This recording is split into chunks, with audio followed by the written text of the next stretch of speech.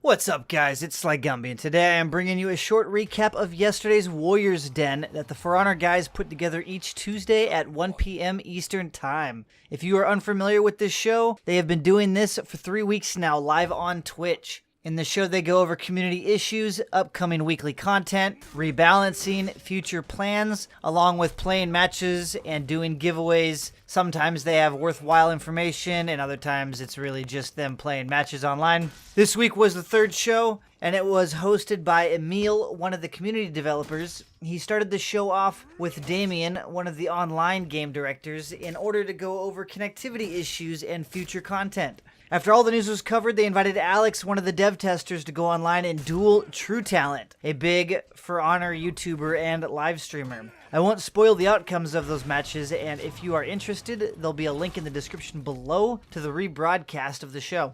Going back to the news portion of the show, they covered a lot about connectivity. They released an update last week that was supposed to help connections, and the data thus far, according to them, has shown improvements in match stability. One of the things they are stressing for all console users is that they need to hard restart their systems in order to help utilize the changes in last week's update. So if you're on console, make sure to reboot. Another thing they went ahead and did was publish an article regarding NATs, how they work, and how to make yours open. I'll leave a link to this article in the description as well. There was one other thing that maybe some of you hadn't noticed yet, and that is the lack of a couple maps. I believe they are the Viking maps, but I could be wrong. Anyway, they basically yanked these maps due to the data showing that they were the cause of a fair share of connection issues. They think that they have fixed it and are asking the community to play some custom matches over the weekend starting this Friday. If the data shows that the issues have been fixed, expect to see these maps back in rotation after the weekend. Moving on to rebalancing. They will not have a significant update this week, however they said they will have a fix for the Conqueror's flicker bug. They were also kind of vague on what they were working on, however they did smirk and acknowledge that the next rebalancing will probably be focused on the Lawbringer, Berserker, and Raider. Are they buffing, nerfing?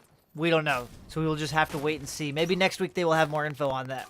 New content of the week was confirmed again for this week. This week they are bringing out new elite outfits for all the heroes. So stay tuned and I'll put out a video showing these as soon as they are available. Also regarding the unlockables, some of the community have been complaining about how long and how much steel it would require to unlock everything in the game. The devs addressed this and very clearly stated that it was never their intention for people to unlock everything. They made references to World of Warcraft in the sense of it's almost impossible for one person to unlock and obtain everything for every character. They also pointed out that on average, their players only really use 1 to 3 heroes, so unlocking everything for everyone is a little extreme.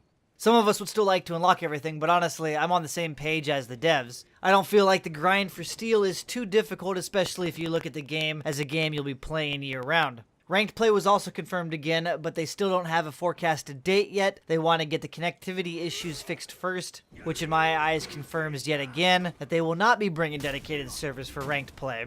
There are many, many rumors out there about this, and I wouldn't get your hopes up if I were you.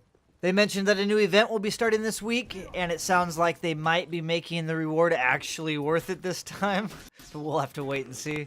Gear stats were briefly brought up as well. They reconfirmed that some of the stats are too powerful for what they originally intended, and that we would see a change in stats at the beginning of the next season. And then they ended on acknowledging a question from chat regarding spectator mode. They didn't say they were working on it or not, but they both kind of giggled and smiled at each other as if it was already in the works and would be here sooner than later, but they didn't confirm anything.